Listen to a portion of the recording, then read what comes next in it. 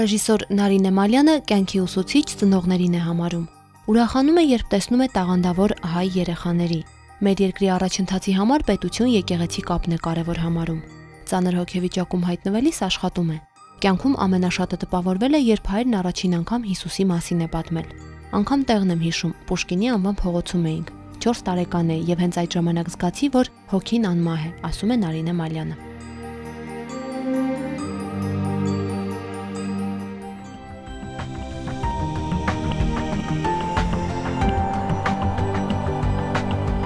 Շողակաթ հեռուստաընկերության եթերում օր 6-րդն է եւ մեր զրուցակիցն է ռեժիսոր Նարինե Մալյանը։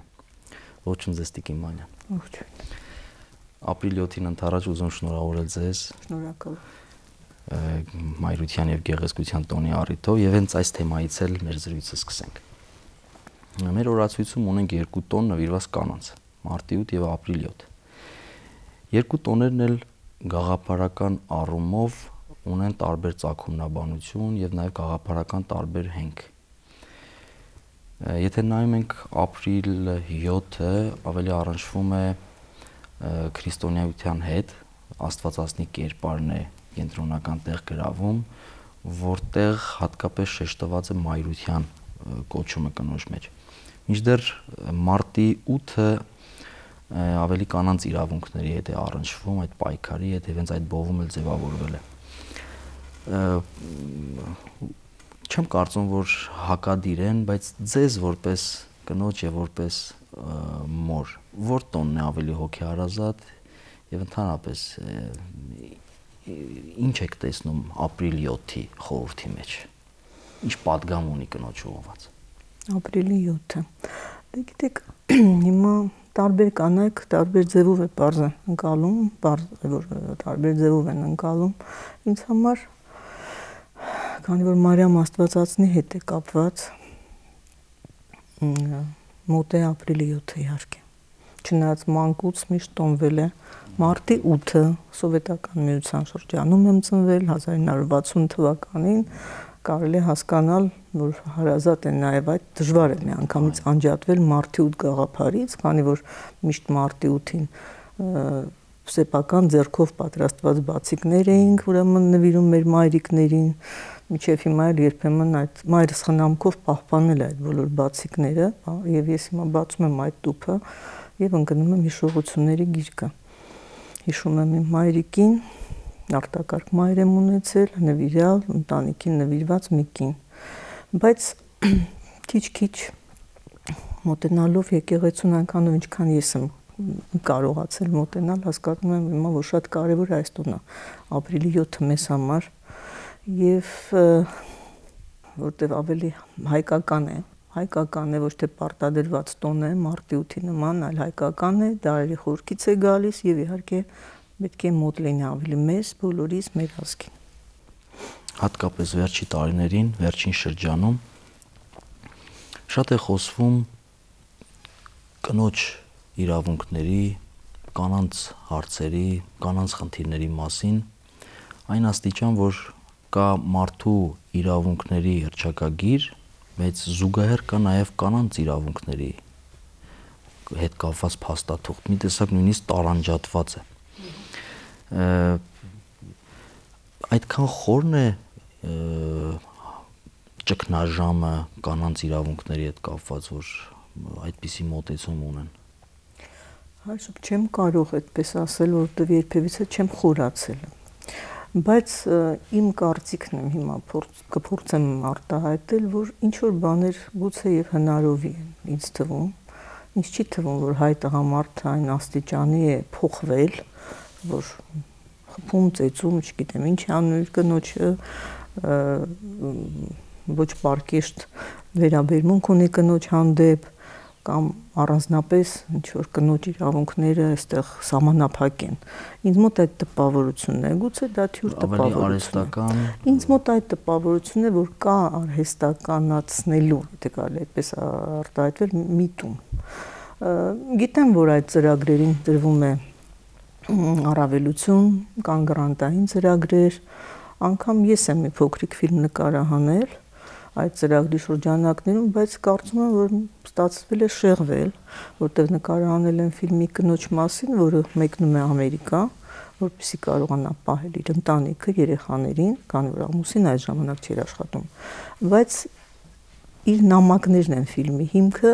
եւ բոլոր նամակների մեջ այդ կինը խոսում է իր կարոտի մասին, իր հայրենիքի մասին, հայրենիքի հանդեպ սիրո մասին, իր տատիկների մասին է պատմում։ Այդպիսի մի ֆիլմ ստացվեց տարօրինակ։ Բայց նորից եմ կրկնում, որ ինձ համար մի փոքր արհեստական գուցե կան, իհարկե կան խնդիրներ։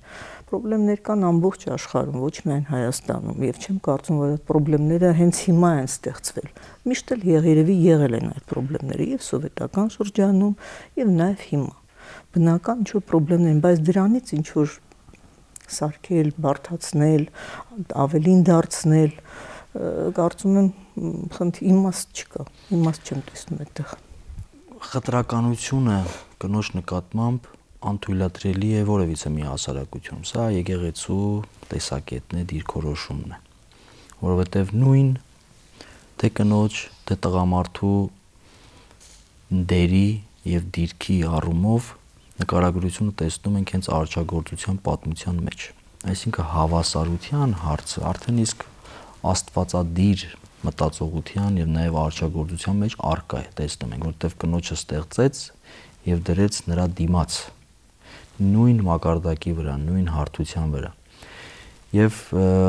հատկապես քրիստոնեությունը կնոջ դերը փորձեց ավելի շեշտել եւ բարձրացնել։ Այսինքն այն զեղծումները, որ կային մինչեւ քրիստոնեություն, փորձեց շտկել հատկապես հրեական միջավայրում։ Բայց խտրականությունը մերժելով հանդերձ չպիտի մոռանանք, որ այնուամենայնիվ կան տարբերություններ կնոջ եւ տղամարդու միջև սեռով պայմանավորված։ Ինչպես կարելի է, իսկ տարբերությունն ու խտրականությունը դա նույնը չէ։ Ինչպես կարելի է այնպես անել, որ այդ տարբերությունը խտրականության չվերածվի։ Գիտեք ինչ, այդ հնազանդություն ասվածը, որ չէ, կնոջը հարց է տրվում, պետք է կինը այնուամենայնիվ հնազանդ լինի։ Եվ կինը ինչ-որ ֆունկցիա ունի, նաև միսիա ունի, երեխա լույս աշխարհ բերելու եւ այլն, մայրանալու։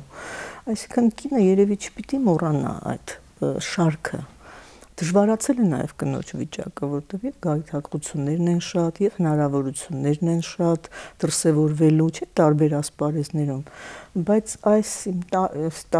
տարիքի ցույց տվեք այդպես ասել, որ ես հասկացել եմ, որ գուցե եւ ճիշտ է, երբ որ կինը չի աշխատում, գուցե կնոջ իսկապես ամենակարևոր, ասենք, աշխատանքը իր ընտանիքն է, իր ամուսինն է եւ զավակները։ Եվ զավակները դա կարևորագույն աշխատանք է։ Ես ինչու եմ այդպես ասում, որովհետև գիտեմ կանանց, որոնք տարբեր ասպարեզներում կարող են հիանալի ձևով դրսևորվել, տաղանդավոր մարդիկ են, բայց իրենք ընտրել են հենց այդ մյուս ճանապարհը, որը կարևոր ճանապարհ է եւ առաջնային է, երևի, լինել մայր, կին, դաստիարակել զավակներին, հայեցի դաստիարակել, ինչ որ դա շատ կարևոր է։ Ես հիմա օրինակ այդ կարծիքին եմ։ Եվ հիմա ասենք ես էլ եմ ղեկավարում, թատրոն եմ ղեկավարում եւ երբեմն շատ հաճախ բախվում եմ, որ դժվար է ինձ համար իսկապես համադրել հաջողվում է ընտանիք եւ աշխատանք։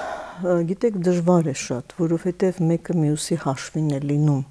Այդպես լիակատար ձևով ես չեմ կարող ասել, որ ես կարողանում եմ եւ լիարժեք այդպես տանը դրսևորվել եւ այնտեղ։ Այսինքն երբեմն զիջում ես էլ ինչ որ բաներում իսկապես պետք է որ զիջես։ Եվ նորից եմ կրկնում, որ կարևոր է, որ կինը դրսևորվի իր ընտանիքում, առաջին հերթին։ Այդ կանայք իսկապես երջանիկ են, խաղաղ են ավելի, եթե գիտակցում են իրենք ինչ են ընտրել եւ ինչու են ընտրել այդ ճանապարհը, ոչ թե այդպես ստացվել է, ասենք ամուսինն է գտնում, որ կին չպիտի աշխատի եւ այլն, այլ իրենք էլ հասկացել են, որ իսկապես դա ճիշտ է։ Ես իմ դրսերը խորհուրդ կտայի ընտրել այնպեսի մի մարդու, որը հոգ տաներ իմ երեխայի մասին, իր կնոջ, ապագա կնոջ հոգ տաներ, միայն այդ սերը իհարկե առաջնային է, իհարկե առանց սիրո չի լինի ոչ մի բան, բայց հոգ տանող մարդ լինի, որ հասկանա, որ ամուսնանում է եւ վերջ, եւ այդ աղջիկն էլ հասկանա, որ ամուսնանում է եւ դա է իր ընտրյալը միջև կյանքի վերջը, չկա բաժանություն հասկացողությունը։ Գիտեք, հիմա երբեմն ես լսել եմ այդպիսի խոսակցություններ, դե լավ, ամուսնացիր, չես ուզի կբաժանվես։ Ոնց չի կարելի այդպես մտածել։ Եթե դու հենց սկզբից այդ ծրագիրը տալիս ես, դա սխալ է։ Ավելի լավ է չամուսնանաս, պարզապես չամուսնանաս։ Չեմ ընդունում բաժանությունը, չնայած ինքս ունեցել եմ այդ խնդրը իմ կյանքում եւ հիմա շատ մեղադրում եմ ինձ դրա համար, որ այդքան անխել գտնվեցի ինչ որ հարցերում։ Եվ իմ կյանքի փորձով եմ էլի դա ոչ թե հենց այնպես ասենք, որ գիտեք, ճիշտ չէ բաժանվում, չէ, դա սխալ է։ Կինը մենակ չպիտի լինի եւ կինը պետք է միջև վերջ այդ տղամարդուն նվիրված լինի։ Մենք երբ որ պսակի արարողություն ենք անում, արարողության ամբողջ ընթացքում հնչում է սուրբ գրքից քաղված հետևյալ միտքը, որ տղամարդը պետք է թողնի իր ծնողներին, իր հորն ու մորը եւ հարի կամ միանա իր կնոջը եւ նրանք պետք է դառնան մեկ մարմին։ Եվ մյուս կողմից կա նաեւ ծնողների այդ թողտվությունը, այդ անցումը կարողանա կատարել, որտեղ շատ հաճախ մեր ծնողները խանգարում են եւ հենց իրենց զավակների ընտանիքում անախորժությունները երբեմն նաև այդտեղից է սկսվում։ Դիք շատ հետաքրքիր է, որտեղ այսօր հենց դրա մասին մտածում եմ ես։ Շատ հետաքրքիր է։ Գիտեք, հենց երևի ծնողը պետք է իմաստուն գտնվի այդ պահին։ Ես հիմա չեմ կարող ասել, որ ազատ կթողնեմ եւ այն, որտեղ դեռ չգիտեմ ինչպես կլինի, բայց գիտեմ, որ ճիշտը դա է։ Դա ճիշտ է։ Դա ճիշտ է այդ երեխայի համար, այդ տղայի կամ այդ աղջկա համար ապագա, այսինքն արդեն ամուսին դարձած եւ կին դարձած մարդկանց համար, որոնք պիտի ստեղծեն իրենց ընտանիքը։ Պետք է ստեղծեն իրենց ընտանիքը, իհարկե հիշելով իրենց մայրերին, հայրերին, տատիկներին, պապիկներին, բայց դա պիտի լինի իրենց ընտանիքը։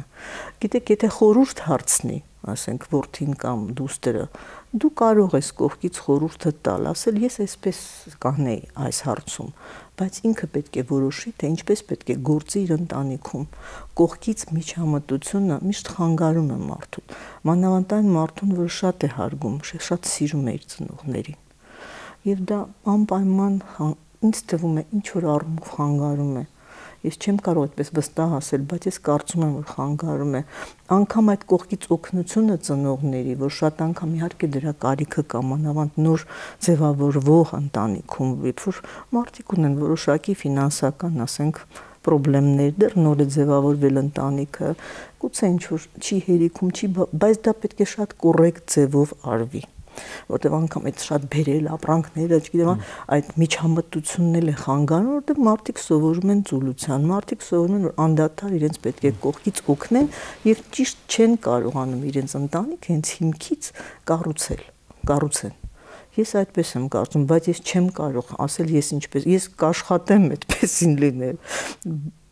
բայց հիմա չեմ կարող 100% վստահ լինել։ Աստված թող ինձ տա այդ խելքը, իմաստնությունը, որ կարողանամ ճիշտ վարվել իմ երեխայի դեպքում։ Ընտանիքը այն վայրն է, որտեղ ձևավորվում է անհատականությունը։ Եվ միևնույն ժամանակ այն վայրն է, որտեղ ձևավորվում է նաև ժողովրդի պատկերը, հասարակության պատկերը։ Այսինքն ավելի մեծ գործ հասարակության համար, քան լավ զավակ դաստիարակելը եւ հասարակություն ուղարկելը։ Ինձ թվում է չի կարելի պատկերացնել։ Ես հենց դա եմ ուզում ասել։ Հրաշալի։ Մենք մի լուսահոգի կաթողիկոս ենք ունեցել, որ շատ դիպուկ ձևակերպում է տվել, ընտանիքը նման է եկեղեցու, որի քահանան մայրն է։ Ինչ է ձեզ համար մայրը։ Սեր նախ առաջ, սեր եւ նորից սեր։ Դրանով կամփոփվեմ, որովհետեւ դրանից ավել ինչ կարող է լինել, եթե դու ունես այդ զգացողությունը սիրո, ուրեմն ինչ որ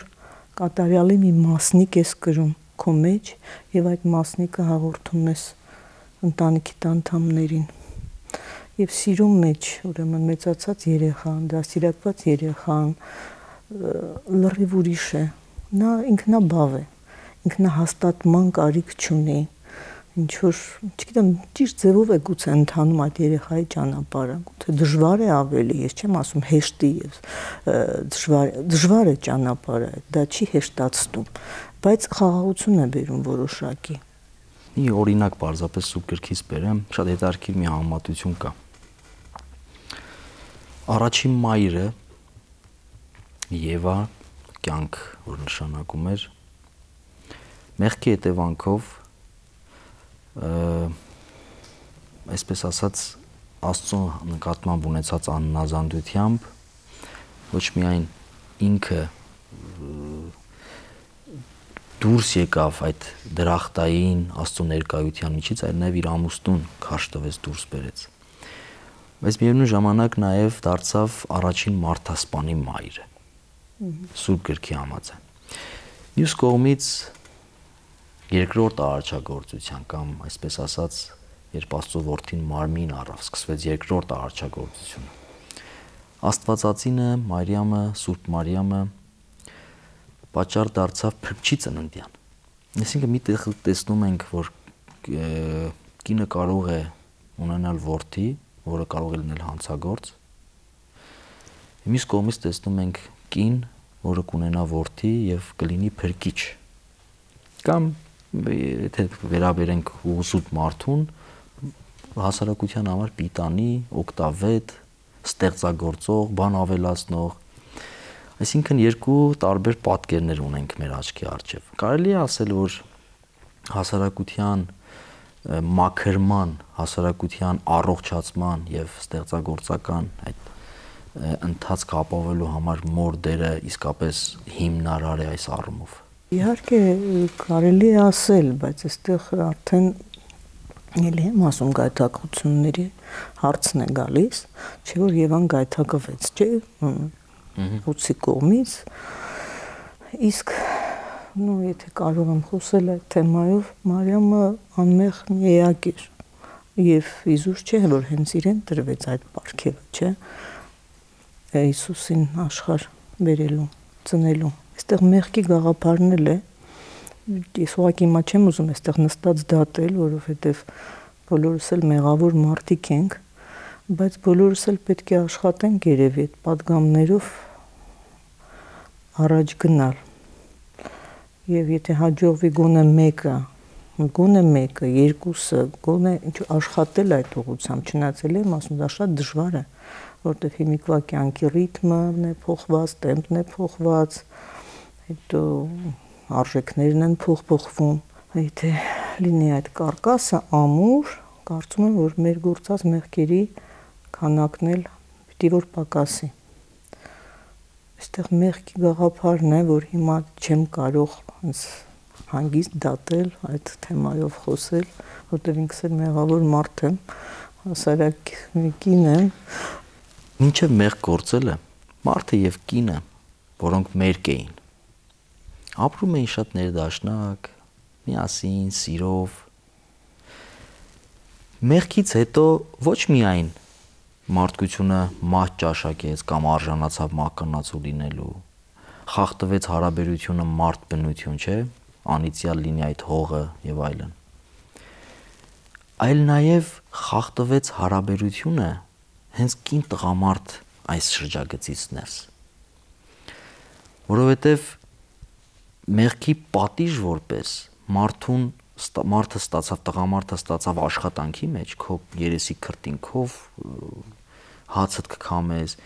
իսկ կնոջը որպես պատիժ դիպչեց երկու կարևոր տեղի, նախ մայրությանը ցավերով ծննդաբերելու եւ մյուս հատվածը, որ մենք շատ հաճախ անուշադրության ենք առնում, այսպես է ձևակերպվում, կձգտես քո տղամարդուն կամ քո ամուսնուն, իսկ նա կդառնա ու կտիրի քեզ։ Այսինքն ի վերջո կանանց իրավունքների ոտնահարման, բռնությունների եւ կնոջ կողմից նաեւ երբեմն նաեւ լինում է ճիշտ հակառակը, որ կինն է անտեսում ամուսնու դերը, դիրքը եւ այլն։ Այսինքն այս ամեն ինչը, որ ընտանիքում ներդաշնակ հարաբերություն չի հաստատում, հաստատեն բուն պատճառը մեղքն է։ Եվ այս շարժումները, որ կան կանանց իրավունքների պաշտպանության, ուժ, որը բռնության է ենթարկում, այսինքն տղամարդը իր իշխանությունը չարաշահում է եւ բռնության է ենթարկում կնոջի վերջը ֆիզիկապես ուժեղը։ Եվ կանայք այսօր փորձում են այդ ուժի դիմաց կամ այդ իշխանության դիմաց իրենք իշխանություն դնեն։ Եվ այստեղ արդեն փաստորեն երկու սեռերի միջև թշնամություն է ավելի առաջ գալիս։ Չգիտեմ, բայց ասեմ, որ դա երևի ինչ-որ օբյեկտիվ պատճառներ պիտի որ ունենա, որովհետև կան ժամանակներ, այն վատ տարիները, որ մենք ասում ենք ցուրտ եւ մութ տարիներ, երբ հայ կանայք դրսևորվեցին ինչ-որ ֆանտաստիկ ինչ-որ բաներ էին անում։ Գիտեք, ինչ տղամարդիկ այդ ժամանակ աշխատանք չունեին, որտեղ չկար լույս, գործարաններ եւ այլն, ամեն ինչ փակվեց, չէ՞։ Կանայք իրանց վրա շատ մեծ բեռ վերցրեցին։ Ինչ եմ ասում, բեռ, բայց ուրիշ այլգեփ հնարավոր չէր, հոգս էր, այո, հոգսը եւ ինչ որ թխում էին, ինչ որ մորեղեններ էին հանձնում, չգիտեմ, այսինքն կանայք ակտիվացան եւ կարծում եմ կանայք շատ մեծ այդտեղ դեր ունեցան, էլի, որպեսզի պահպանվեն ընտանիքները, որպեսզի երեխաները առողջ լինեն, որպեսզի մի փոքր այդ կտոր հացը ունենան։ Հետո երբ որ ժամանակները փոխվեցին եւ քիչ-քիչ, ասենք, ամեն ինչը պետք է տեղ ընկներ, արդեն աշխատատեղեր կային, արդեն ամուսինները պետք է աշխատեին, բայց այն ժամանակներից եկած այդ, ինչ ասեմ, որ իրենք պետք է կրեն, իրենք պետք է անեն, այսինքն դերերը փոխվեցին եւ հիմա դժվար են կանայք երևի համակերպվում, որ հիմա իրանք պետք է գնան այդ պլան եւ ամուսինը պետք է հոգա այդ հարցերը, լուծի, աշխատի, գնա եւ այլն, եւ իրանք պետք է ասենք հանձնվեն, այսպես ասեք, հանձնվեն, բայց ոչ թե հանձնվեն, այլ իրենց տեղում ասենք մնան արդեն, հանգիստ լինեն, որ կարող է ամուսինը հոգալ, որ արդեն իրենք պետք է զբաղվեն տնային, կենցաղային այդ հարցերով։ Ես այդպես կարող եմ բացատրել, թշնամություն չեմ կարող դա թշնամություն, որտեվ լարվածություն, բայց ես ասեմ ձեզ, որ տղամարդկանց մեջ էլ որոշակի երբեմն նախանձ է առաջանում աշխատող կնոջ հանդեպ։ Ես իմ ասպարեզում էլ եմ ինչ-որ բաներ զգացել եւ դա ինձ զարմացրել է, որտեվ երբևէ մտքովս չի անցել, որ կարող է իմ մասնագիտության տեր մի տղամարդ ինձ այս մի փոքր գործ արած մարդուն այսքան անգամ նախանձել, ու ես չեմ մտածել, էլի, որ տղամարդը կնոջը կարող է նախանձել ինչ-որ պրոֆեսիոնալ առումով եւ այլն։ Բայց երբեմն դա նկատում եմ եւ դա ինձ շատ զարմացնում է, բայց թշնամանք չեմ կարող դա համարել եւ անգամ մրցակցություն էլ չեմ ուզում դա անվանել։ Երևի գիտեք կյանքի ընթացքն է պարտադրում, երևի ինչ-որ բաներ փոխվում են այնուամենայնիվ մեր կյանքում եւ այստեղ մենք պետք է ուշադիր լինենք եւ զգոն լինենք եւ պատրաստ լինենք եւ պատրաստ լինելու համար որոշակի գիտելիքներ պետք է ունենանք եւ նաեւ հանդարտ եւ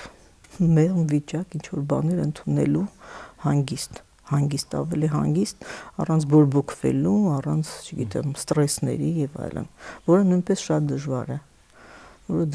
երբեմն դժվար է ինքնատիրապետումը պահպանել, նկատելով ինչ-ինչ թերություններ։ Կնոջ դերը ընտանիքում եւ հատկապես զավակների դաստիարակության գործում առանցքային է, սա անխոս։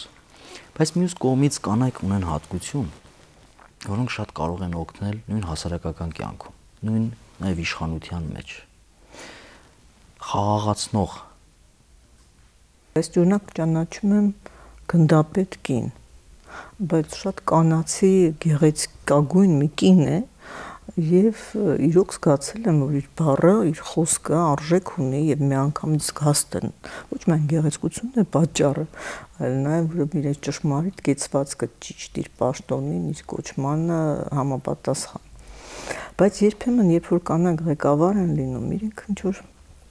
գիտեք մեկ մանրանալ չարժե, այլ կնոջը հատուկ է այդ մանրանալու երբեմն ինչ որ փոքրիկ բաներից պատմություն դարձնելու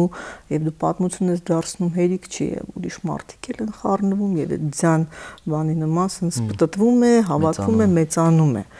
Այդ կին ղեկավարների մեջ երբեմն դա նկատում եմ ես։ Դա նկատում եմ եւ երբեմն ես չեմ կարող ղեկավար ընդամենը թատրոն եմ ես ղեկավարում, որ ինձ համար շատ մեծ պատասխանատվություն է, բայց փորձում եմ զերծ մնալ այդ ամենից, զերծ մնալ, հանգիստ մնալ, ինքնատիրապետումը պահպանել եւ ուշադիր լինել մարդկանց հանդեպ, ամենակարևորը դա է։ Եթե դու ուշադիր ես մարդկանց հանդեպ, եթե դու ունես սիրո զգացողությունը մարդկանց հանդեպ, կարողանում ես ներել մարդուն, որ երբեմն ստացվում է, իսկ երբեմն էլ իհարկե չի ստացվում ցավոք սրտի, բայց եթե դու կարողանաս այդ ամենը անել, դու կլինես լավ ղեկավար, անկախ նրանից փող գնդապետ ես, թե թատրոնի գեղարվեստական ղեկավար։ Թատրոնում ինչպիսի տեղ եք հատկացնում կնոջ դերին, կերպարին, թեմատիկ առումով։ Դե գիտեք ինչ, առանց դերասանուհիների թատրոն գոյություն ունենալ չի կարող։ Չնայած եղել են ժամանակներ, որ կանանց դերերը խաղացել են տղամարդիկ, որոշակի մթնոլորտ է ստեղծում կինոթատրոնում, եւ ուրեմն դե կին էլ ինչ ասեմ, կան, որ իսկապես նրանց շուրջ համախմբվում են մարդիկ, սիրով միասին ստեղծագործում են, որտեղ այնով այդ տուն, ընտանիք, թատրոն հասկացողն իսկապես այդպես է, թատրոն ընտանիքի նման մի տեղ է, որտեղ մարդիկ պետք է սիրով աշխատեն, ստեղծագործեն, մի գործի ծառայեն, հավատան իրենց արածին եւ սիրով աշխատեն, ամեն օր անդադար աշխատեն, չծուլանան եւ կնոջ դերը մեծ է, որտեղ կնոջ ներկայությամբ տղամարդիկ ավելի զգոն են լինում, ավելի ուշադիր են լինում։ Մեր դերասանուհիները, կոնկրետ Մալյան թատրոնի դերասանուհիները իսկապես որ նվիրալներ են, աշխատում են ոչ թե փող գումար ստանալու, աշխատավարձ ստանալու համար, իսկապես աշխատում են, որովհետև նվիրված են մեր թատրոնին։ Աշխատանքից հոգևոր հաճույք են ստանում։ Անպայման, առանց դրա հնարավոր չի ունենալ ճիշտ նորմալ արդյունք։ Առանց դրա հնարավոր չի, առանց դրա դա նմանվում է, ես չեմ ասում, որ գործարանում առանց սիրո է պետք այդ մասերը հավաքել եւ այլն,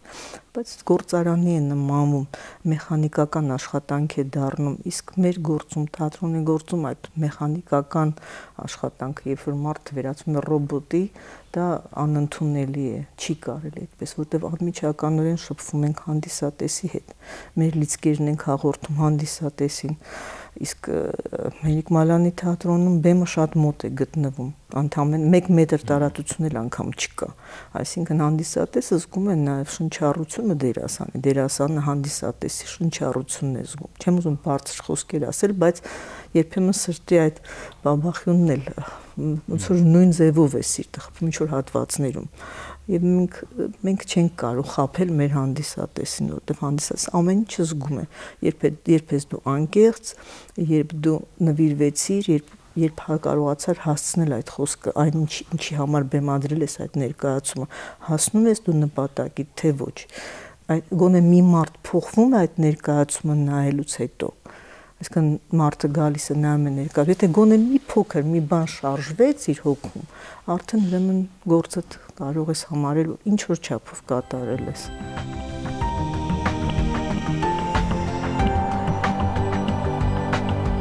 Մենք հաղորդման վերջում 3 ավանդական հարցեր ունենք։ Ինչ է ձեզ համար երջանկությունը։ Սերը եւ խաղաղությունը։ Այսօրվա հայի դիմագծի ամենաբացասական դրսևորումը։ Արմատներից հեռանալու մոլուցքը։ Եվ վերջին հարցը, ինչպես կուզենայիք տեսնել Հայաստանից առաքելական Սուրբ եկեղեցին։ Այնպիսին ինչպիսին որ ինքը կա, փառք Տիրոջը, իսկ կարծում եմ, որ մեր հոգևոր սպասավորները հրաշալի են աշխատում, անկախ նրանից, գիտեք ինչ, գրում են, քարկոծում են, գիտեմ, կարդում եմ, ընթերցում եմ, բայց տեսնելով թե ինչպես են աշխատում հոգևորականները, ինչքան ծանր է իրենց աշխատանքը, եւ ինչքան հասկանալի են այն, գիտեք ինչ, փոքրիկ թերությունները յուրաքանչյուր մարդուն են հատուկ եւ վերջո այդ մարդիկ գիտեն ինչ են անում եւ գիտեն որ վերջում Տեր Աստծուն պետք է պատասխան տան, դատավոր Աստվածն է։ Շատ է տրված, շատ էլ պահանջվելու է։ Իհարկե։ Շնորհավորենք մեր մայրերին, քույրերին, աղջիկներին ապրիլ 7-ի գեղեցիկ հոգևոր հենք ունեցող խորախորուրդ տոնի կապակցությամբ իմ միակ մաղթանքը կլինի, որ Սուրբ Աստվածածինը մշտապես բարեխոս լինի մեր մայրերի, քույրերի համար։ Շնորհակալություն ձեզ մեզ հյուրընկալելու համար։ Անչափ շնորհակալ եմ։ Շողակաթ հեռուստաընկերության եթերում օր 6-րդն էր։ Եվ մեր զրուցակիցն է ռեժիսոր Նարինե Մալյանը։ Մնացեք խաղաղության եւ սիրո մեջ։